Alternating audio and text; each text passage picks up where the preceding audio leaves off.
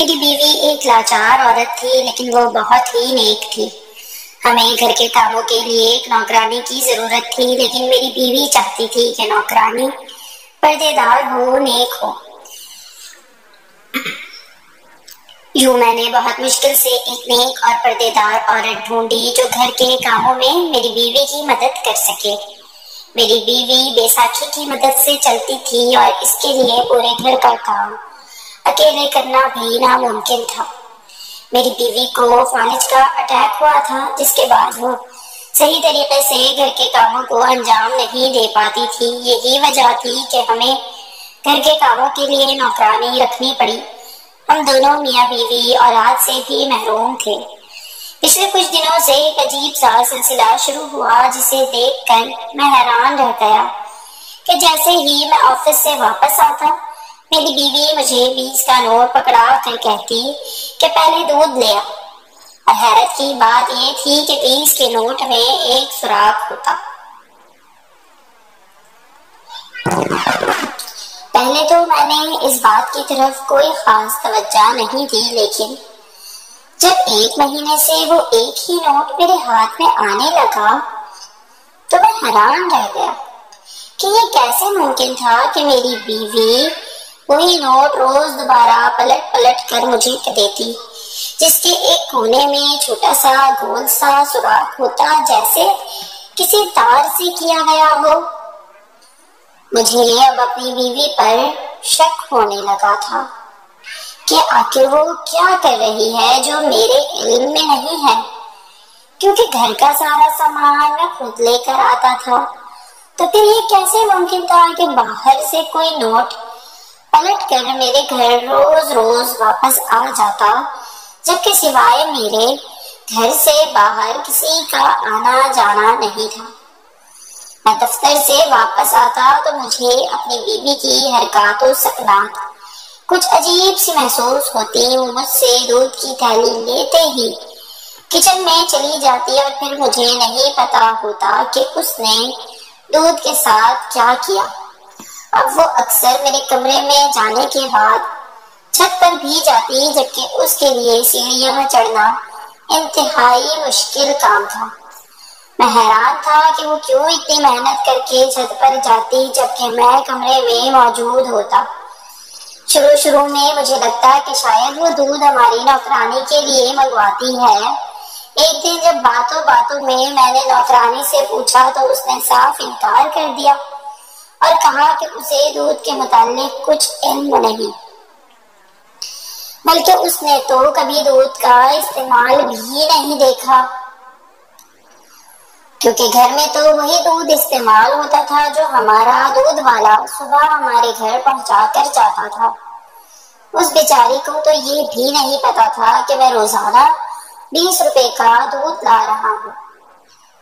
میری بیوی فوزیہ نہ جانے اتنا سا تھوڑا سا دودھ کیوں منگوا رہی تھی، جبکہ ہمارے گھر پر چائے کے لیے علیحدہ سے دودھ والا آتا تھا۔ ایک دن میں نے فوزیہ سے کہا کہ یہ 20 روپے کا دودھ منگوانے کی بجائے دودھ والے سے ہی زیادہ دودھ منگوا لو، لیکن وہ بولی کہ نہیں، اسے بس تھوڑے سے دودھ کی ضرورت ہوتی ہے اور وہ میں ہی لا کر دوں۔ کیونکہ میری بیوی کی طبیعت ٹھیک نہیں رہتی تھی، لہٰذا میں اس کی کسی بات سے انکار نہ کرتا، لیکن اب یہ معاملہ مجھے کچھ عجیب سا لگ رہا تھا کہ دودھ والے کے ہوتے ہوئے بھی وہ مجھ سے علیحدہ سے 20 روپے کا دودھ منگواتی، جو کہ مقدار میں بہت ہی تھوڑا سا ہوتا ہے، اور پھر جو نوٹ وہ مجھے دیتی وہ بھی روزانہ ایک ہی ہوتا، جو پچھلے کچھ دنوں سے مجھے مستقل مل رہا تھا۔ مجھے سمجھ نہیں آتا تھا کہ وہ نوٹ لوٹ کر گھر کیسے آتا تھا۔ ایک دن جب میری بیوی نے مجھے وہی سوراخ والا 20 کا نوٹ دیا تو میں نے اس پر چپکے سے اپنا نام لکھ دیا۔ ایک کونے پر میں نے لال رنگ کے پین سے چھوٹا سا کاشف لکھا، اور اب مجھے یہ دیکھنا تھا کہ کیا یہ نوٹ بھی پلٹ کر واپس آتا ہے اور اگلے دن دوبارہ مجھے ملتا ہے یا نہیں۔ اور اگلے دن میری بیوی نے مجھے وہی نوٹ دودھ لانے کے لیے دیا کہ جس پر میں نے لال رنگ کے پین سے کاشف لکھا تھا۔ اب تو میں مزید حیران اور پریشان رہ گیا کہ یہ کیسے ممکن ہے کہ میرا لکھا ہوا نوٹ پھر پلٹ کر میرے ہی گھر آ گیا، جبکہ میری بیوی تو گھر سے باہر بھی نہیں جاتی اور نوکرانی بھی سارا دن گھر میں ہی رہتی تھی۔ مجھے پکا یقین ہو چکا تھا کہ میری بیوی کہیں نہ کہیں تو کچھ ایسا کام ضرور کر رہی ہے جو میرے علم میں نہیں ہے۔ میری بیوی آج بھی مجھ سے دودھ منگوانے کے بعد باورچی خانے میں گئی اور وہ کمرے میں آرام کرنے کے لیے چلا آیا، کیونکہ دفتر سے آتے ہی میں سب سے پہلے جا کر دودھ لاتا تھا۔ میری بیوی کمرے میں آئی تو اس کے ہاتھ میں چائے تھی، وہ میرے لیے بنا کر لائی تھی۔ میں نے اس سے پوچھا کہ دودھ کا کیا کرتی ہوں، جس پر وہ مسکرائی اور کہنے لگی آپ چائے پی کر آرام کریں، پریشان نہ ہو، سب ٹھیک ہو جائے گا۔ یہ سن کر میرے دل میں اس کے لیے مزید شک پیدا ہو گیا کہ اس سے پہلے میری بیوی نے کبھی ایسا کوئی کام نہیں کیا تھا کہ میں اس پر شک کرتا، لیکن اب یہ معاملہ بہت عجیب ہوتا جا رہا تھا۔ مجھے اس معاملے کی تہہ تک پہنچنا تھا۔ میری بیوی جب نماز پڑھنے کے لیے گئی تو میں نے اپنی نوکرانی کو بلایا۔ وہ ایک پردے دار عورت تھی، ہمیشہ میرے سامنے چادر میں لپٹی ہوئی آتی۔ اس کے ہاتھ پاؤں دیکھ کر مجھے اندازہ ہوتا کہ وہ ایک خوبصورت عورت ہے۔ میں نے اس سے پوچھا کہ میری بیوی سارا دن کیا کرتی ہے، جس پر اس نے جو جواب دیا میں سن کر حیران رہ گیا۔ نوکرانی نے مجھے بتایا کہ دن میں دودھ والا 1-2 چکر لگاتا ہے اور وہ بیوی جی کی خدمت میں حاضر ہوتا ہے۔ شاید بیوی جی اس کی کوئی مدد کرتی ہیں، لیکن وہ ٹھیک سے نہیں جانتی کہ دودھ والا کیوں آتا ہے، کیونکہ جس وقت دودھ والا آتا ہے میری بیوی فوزیہ اسے کپڑے دھونے چھت پر بھیج دیتی ہے، لیکن یہ وہ دودھ والا نہیں جو صبح دودھ دینے آتا ہے، بلکہ یہ کوئی اور دودھ والا ہے، شاید گلی کے نکڑ والا۔ میں نے اپنی نوکرانی کو جانے کی اجازت دی، لیکن جانے سے پہلے وہ میرے آگے ہاتھ جوڑ کر کہنے لگی کہ صاحب جی، میں نے آپ کے پوچھنے پر آپ کو بتا دیا ہے، لیکن آپ بیوی جی کو ہرگز یہ بات نہ بتائیے گا۔ میں نے آپ کو کچھ بتایا ہے کیونکہ مجھے نوکری پر رکھتے وقت بھی بیوی جی نے یہ بات سختی سے کہی تھی کہ میں گھر کی کوئی بھی بات آپ کے گوش گزار نہ کروں۔ نوکرانی کی یہ بات سن کر میں حیران رہ گیا۔ میں تو یہ سمجھتا تھا کہ میری بیوی مجھ سے کوئی بات نہیں چھپاتی، لیکن آج مجھے اندازہ ہوا کہ بہت کچھ گھر میں ایسا تھا کہ جس سے میں واقف نہیں تھا، اور میں 20 روپے کا دودھ گلی کے نکڑ والی دکان سے ہی لاتا تھا۔ اس کا مطلب وہی دودھ والا میری غیر موجودگی میں ہمارے گھر آتا تھا۔ میرے دل میں ہلچل مچ چکی تھی۔ میری بیوی نماز پڑھنے کے بعد چھت پر چلی گئی تھی اور میں اکیلے کمرے میں بیٹھا بیٹھا یہ سوچ رہا تھا کہ میری بیوی کا اس وقت چھت پر کیا کام ہے، جبکہ میں کمرے میں موجود ہوں۔ آج جب میں نے غور کیا تو مجھے اپنی بیوی کی کافی حرکات مشکوک محسوس ہوئی۔ اسے فالج کا اٹیک پڑا تھا، اس کی وجہ سے وہ بہت مشکل سے لنگڑا کر چلتی تھی۔ ایسے میں اسے چھت پر جانے کی کیا ضرورت تھی؟ سوچا کہ میں کچھ جا کر اسے دیکھ لوں کہ وہ کیا کر رہی ہے، لیکن جیسے ہی میں سیڑھیوں کی طرف بڑھا تو دوسری طرف سے آتی اپنی نوکرانی سے ٹکرا گیا۔ اس اچانک ٹکر کی وجہ سے نوکرانی کی چادر اتر گئی اور میں اس کا چہرہ دیکھ کر دنگ رہ گیا۔ وہ تو ایک بہت خوبصورت اور حسین عورت تھی۔ اس کا رنگ دودھ سے بھی زیادہ سفید اور اس کی بڑی بڑی آنکھیں اس کے چہرے کو مزید پرکشش بنا رہی تھی۔ میں اس کے چہرے میں گم تھا کہ جب مجھے اپنی بیوی کی بے ساکھی کی آواز آئی۔ وہ اب سیڑھیاں اتر کر آ رہی تھی۔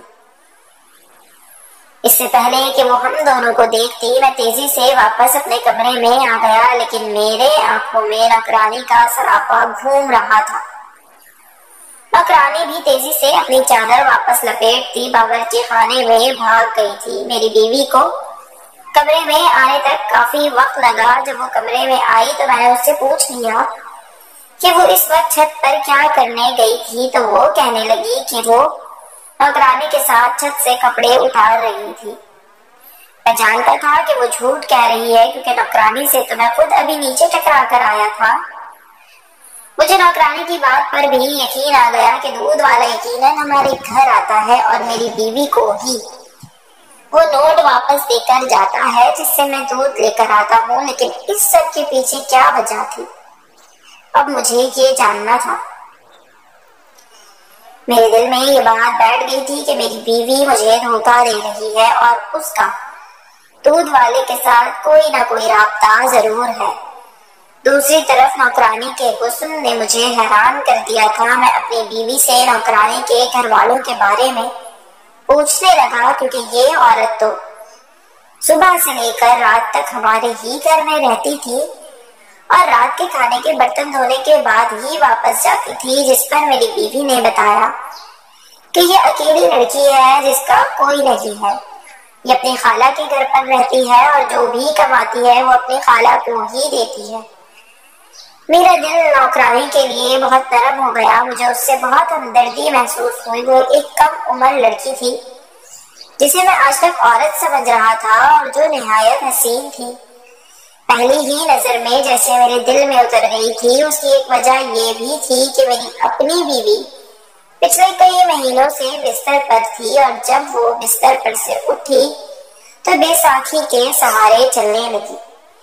اس کے چہرے پر جھریاں پڑ گئی تھی، اگرچہ کہ اس کی عمر کم تھی لیکن اس کے باوجود بھی وہ اب ایک بوڑھی عورت نظر آنے لگی تھی، اسی لیے میرا دل نوکرانی کی طرف مائل ہو گیا۔ اور ایک وجہ یہ بھی تھی کہ مجھے اب اپنی بیوی پر اعتبار نہیں رہا تھا۔ رات کو کھانے کے بعد جب نوکرانی برتن دھونے لگی تو میں چپکے سے کچن میں گیا، اس کے ہاتھ میں ہزار کے نوٹ رکھ دیا اور کہا کہ وہ یہ پیسے اپنے خالہ کو دینے کی بجائے خود پر خرچ کرے اور اپنے لیے نئے کپڑے بنائے۔ اس نے مجھ سے پیسے لینے سے انکار کیا، لیکن میرے بہت اصرار پر اس نے بہت خوشی سے وہ نوٹ رکھ لیے اور مجھے شکریہ ادا کیا۔ اس کی آواز بھی بہت ہی پیاری تھی۔ میں ایک دفعہ اور اس کا چہرہ دیکھنا چاہتا تھا، لہٰذا میں نے بہانے سے اس کی چادر پیچھے سے کھینچی تو اس کا سرخ سفید چہرہ میری نظروں کے سامنے آ گیا۔ اس کے چہرے پر شرم کے آثار نمایاں ہوئے اور وہ باورچی خانے سے نکل گئی۔ اگلے دن میری بیوی نے پھر دفتر سے آتے ہی مجھے 20 کا نوٹ پکڑایا۔ کی دفعہ میں نے اس نوٹ پر اپنا نام لکھنے کی بجائے اس نوٹ کو اپنی مٹھی میں دبایا اور چپکے سے کمرے میں بیٹھ کے نیچے ہی چھپ گیا۔ میری بیوی یہ سمجھی کہ میں دودھ لینے چلا گیا ہوں، وہ باورچی خانے میں چلی گئی۔ میں یہ جاننا چاہتا تھا کہ میرے پیچھے میرے گھر میں کیا ہو رہا ہے۔ تھوڑی ہی دیر بعد میں نے دیکھا تو میرے پیروں تلے زمین نکل گئی کہ جب میرا کمرہ کھلا اور کوئی اندر داخل ہوا۔ مجھے صرف قدموں کی آہٹ سنائی دے رہی تھی، کیونکہ قدموں کے ساتھ بے ساکھی کی آواز نہیں تھی، اسی لیے میں سمجھ گیا تھا کہ یہ میری بیوی نہیں ہے بلکہ کوئی اور ہے۔ میں بیڈ کے نیچے سانس روکے چھپا تھا، کوئی میرے بیڈ پر آ کر لیٹ گیا۔ میرا دم گھٹنے لگا تھا۔ میں سوچ بھی نہیں سکتا تھا کہ میرے پیچھے میری بیوی یوں ہمارے کمرے میں کسی اور کے ساتھ۔ اس سے آگے سوچ کر ہی میرا پورا جسم پسینے میں شرابور ہو چکا تھا۔ کیا پھر وہ کون ہے جو میری غیر موجودگی میں میرے بستر تک آ جاتا ہے؟ میں اپنی بیوی کو رنگے ہاتھوں پکڑنے والا تھا۔ میں نہیں جانتا تھا کہ اس وقت بستر پر دودھ والا ہے یا کوئی اور، لیکن جو بھی تھا آج یہ بات کھلنے والی تھی کہ آخر اس 20 کے نوٹ اور دودھ کے پیچھے کیا چکر ہے۔ کچھ دیر میں مجھے ایک آواز سنائی دی جو شاید فون پر کسی سے مخاطب تھی، اور میں بہت اچھے سے اس آواز کو پہچانتا تھا، اور جو گفتگو میں نے سنی وہ سننے کے بعد تو جیسے میرے تن بدن میں آگ لگ گئی۔ آج اس سارے قصے کا خلاصہ ہونے والا تھا۔ میں رنگے ہاتھوں اپنے مجرم کو پکڑنے والا تھا۔ جب میں نے ساری باتیں سن لی اور سارا سچ جان لیا تو میں بیڈ کے نیچے سے نکل آیا۔ مجھے دیکھ کر بیڈ پر لیٹے وجود کی تو جیسے جان ہی نکل گئی۔ اس کے تو وہم و گمان میں بھی نہیں تھا کہ میں دودھ لینے کی بجائے بیڈ کے نیچے چھپ کر لیٹ چکا ہوں۔ میری بیوی اپنی بے ساکھی کے سہارے کمرے میں آ گئی تھی اور وہ مجھے کمرے میں دیکھ کر حیران رہ گئی تھی۔ میں نے اپنی بیوی کو غصے سے دیکھا اور اس سے پوچھا کہ اب بتاؤ تم یہ دودھ کیوں منگوا رہی تھی؟ وہ خاموش ہو گئی اور کہا کہ وہ مجھے اس بارے میں کچھ نہیں بتا سکتی۔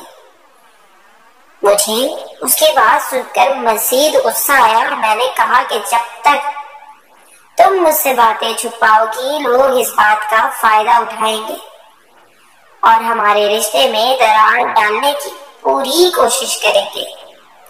یہ سن کر وہ پریشانی سے مجھے دیکھنے لگی۔ تب میں نے اسے پوری بات بتائی جسے سن کر وہ خود بھی سکتے میں آ گئی۔ میں نے اپنی بیوی کو شروع سے سارا ماجرا بتایا کہ مجھے تم پر شک ہو گیا تھا کیونکہ روز تم مجھے ایک ہی 20 کا نوٹ پکڑا دیتی تھی جس پر سراغ موجود ہوتا اور دودھ لانے کا کہتی، جبکہ ہمارے گھر پر تو روز دودھ والا آیا کرتا تھا۔ میں سوچنے لگا کہ یہ نوٹ تم تک پلٹ کر واپس کیسے آتا ہے۔ ایک دن میں نے نوکرانی سے اس بارے میں پوچھا تو اس نے بھی مجھے یہی کہا کہ گھر پر دودھ والا آتا ہے اور اس کو آتے ہی تم نوکرانی کو چھت پر کپڑے دھونے بھیج دیتی ہو۔ میں تم پر تمہارے کردار پر شک کرنے لگا، اسی لیے ایک دن میں نے تمہیں جانچنے کے لیے نوٹ پر اپنا نام کاشف لکھا اور اسے دے کر دودھ لایا۔ اگلے دن تم نے مجھے جو نوٹ دیا اس پر بھی کاشف لکھا ہوا تھا، جس کی وجہ سے مجھے تم پر اور شک ہو گیا۔ پھر تم چھت پر سے آئی تو تم نے مجھ سے جھوٹ کہا کہ تم چھت پر کپڑے اتروانے گئی تھی، جبکہ یہ نوکرانی تو نیچے تھی اور میرے سامنے تھی۔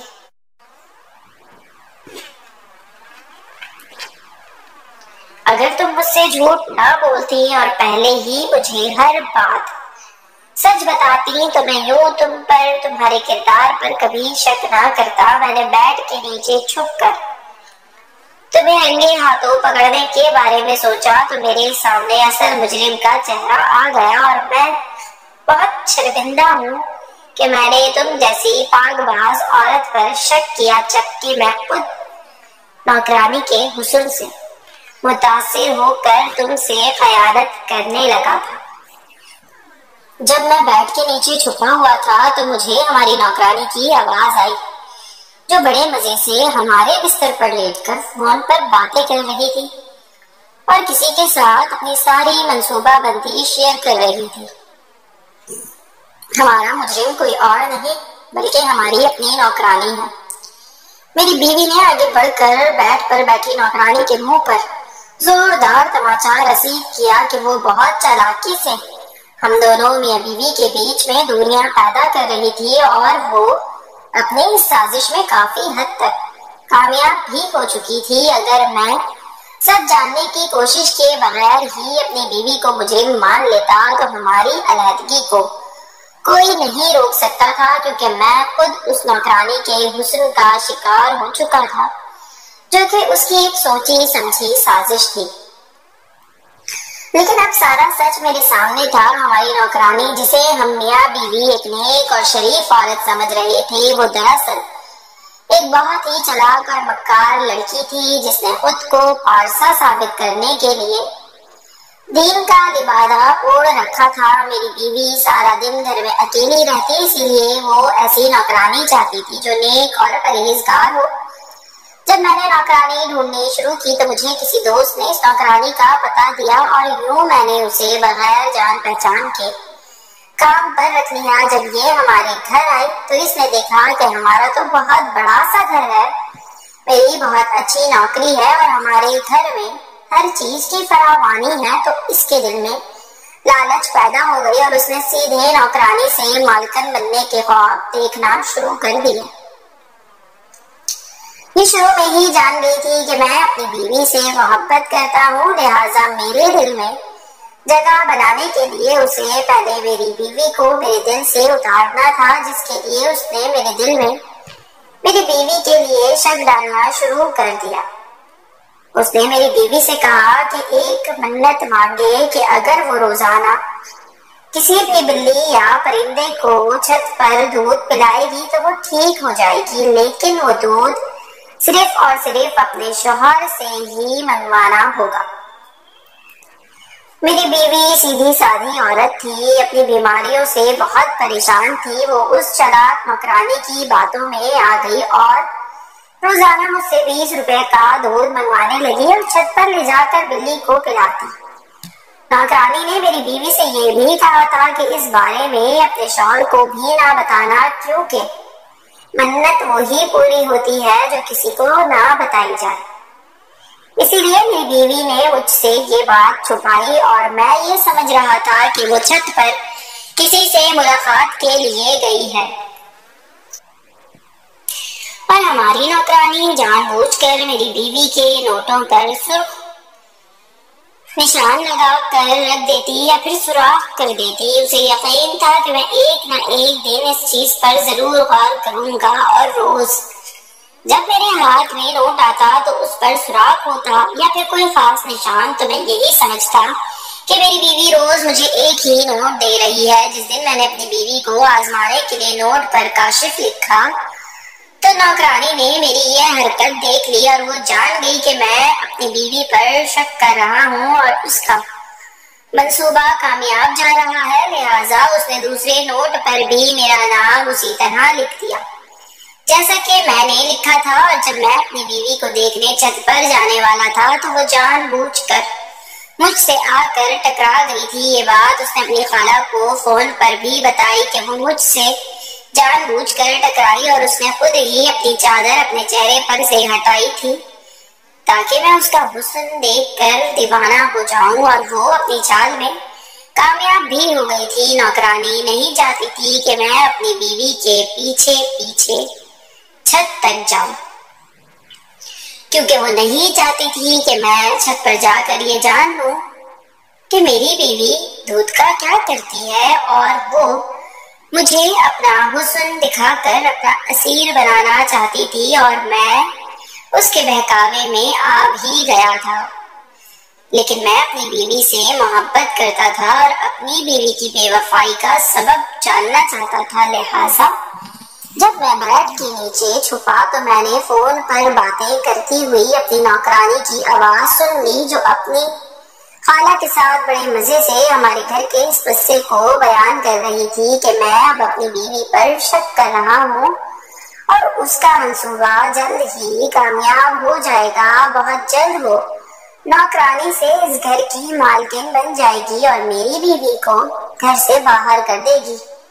اور اگر میں واقعی ہی سب جاننے کی کوشش نہ کرتا تو شاید کچھ عرصے بعد ہماری نوکرانی ہی اس گھر کی مالکن ہوتی۔ ساری اصلیت سامنے آتے ہی میری بیوی نے اسے بالوں سے پکڑ کر گھر سے نکال دیا تھا۔ میں نے اپنی بیوی سے معافی مانگ لی تھی، لیکن میری بیوی نے بھی مجھ سے عہد کیا تھا کہ وہ اب کسی غیر کی باتوں میں آ کر مجھ سے کوئی بات نہیں چھپائے گی، اور یوں ہمارا رشتہ ٹوٹنے سے بچ گیا تھا۔ نوکرانی گھر سے نکلنے سے پہلے تک ہاتھ جوڑ کر ہم سے معافی مانگتی رہی، کیونکہ اسے تو ہمارے گھر میں ہر طرح کی سہولت میسر تھی۔ میری بیوی اس سے بہت کم کام کرواتی تھی اور اس کے مقابلے میں اسے بہت زیادہ تنخواہ دیتی تھی۔ اس کے آرام اور کھانے پینے کا بھی خیال رکھتی تھی، کیونکہ میری بیوی ایک خدا طرز اور نیک انسان تھی۔ لیکن اس نوکرانی نے میری بیوی کی اچھائی کا بڑا غلط فائدہ اٹھایا، لہٰذا اسے اپنا کیا بھگتنا پڑ رہا تھا۔ اکثر غلط فہمی کی وجہ سے ہمارے معاشرے میں بہت سے رشتے ٹوٹ جاتے ہیں، لہٰذا ہمیں چاہیے کہ غلط فہمیوں کو دور کرنے کی کوشش کریں اور ایک دوسرے سے کوئی بات نہ چھپائیں۔ اسی طرح ہم اپنے رشتوں کو ٹوٹنے سے بچا سکتے ہیں۔ اپنے گھر میں کام کرنے والوں پر ضرور اعتبار کریں، لیکن اپنی آنکھیں بھی کھلی رکھیں، کیونکہ وہ ہمارے گھر کے معاملات سے اتنے ہی زیادہ آشنا ہوتے ہیں جتنا کہ خود ہم۔